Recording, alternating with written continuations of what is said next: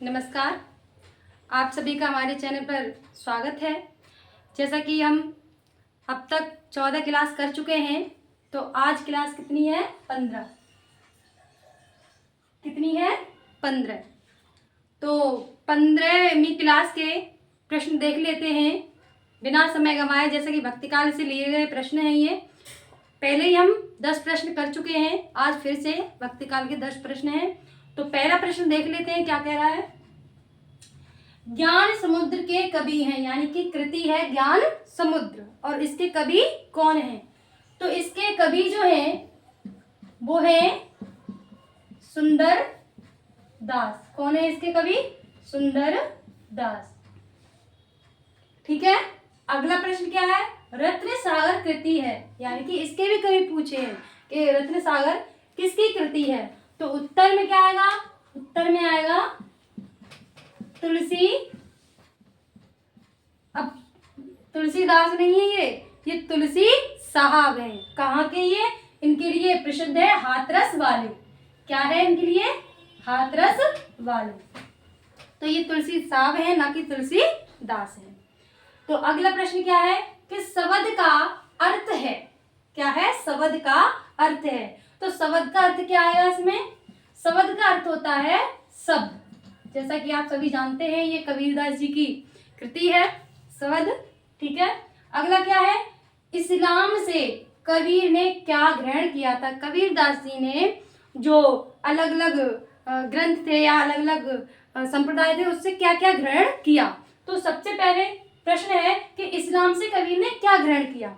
इन्होंने, कबीर ने जो इस्लाम से ग्रहण किया वो था इनके लिए एक स्वर। क्या ग्रहण किया? एक स्वर बाद। यानी एक ईश्वर का अर्थ क्या होता है? एक व्यक्ति को पूजना या एक ईश्वर को मानना। ठीक है। अलग अलग ईश्वर को नहीं मानना, बल्कि एक ही ईश्वर को मानना। इसीलिए इन्होंने इस्लाम से क्या ग्रहण किया? एक ईश्वर बाद। ठीक है।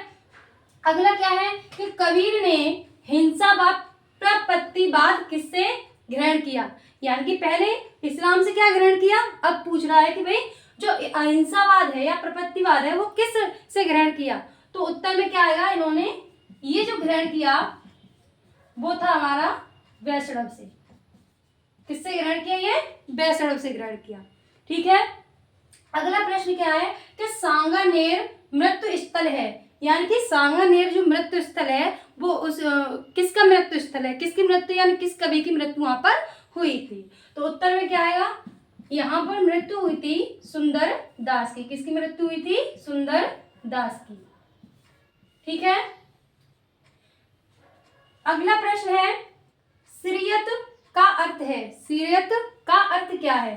तो उत्तर में क्या आएगा? आचरण। क्या आएगा? आचरण।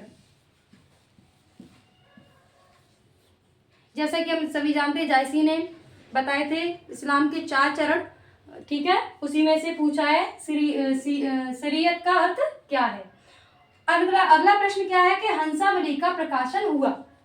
जो कृति है हंसावली, उसका प्रकाशन कब हुआ। तो उत्तर में क्या आएगा? इसका प्रकाशन जो हुआ था वो कितने में हुआ था? 1370 में।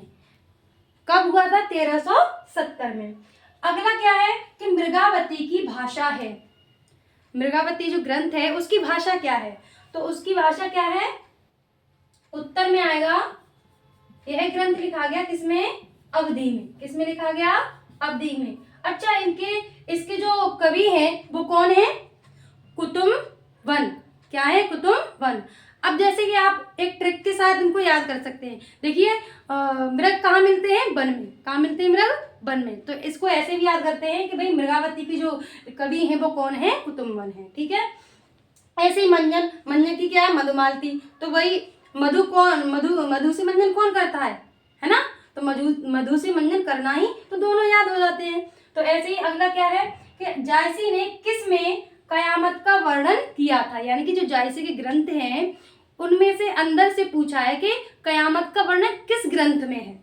जो कयामत का वर्णन जो है वो किस ग्रंथ में है। उत्तर में क्या आएगा? इसमें आएगा आखिरी कलाम। क्या आएगा इसमें उत्तर में? आखिरी कलाम।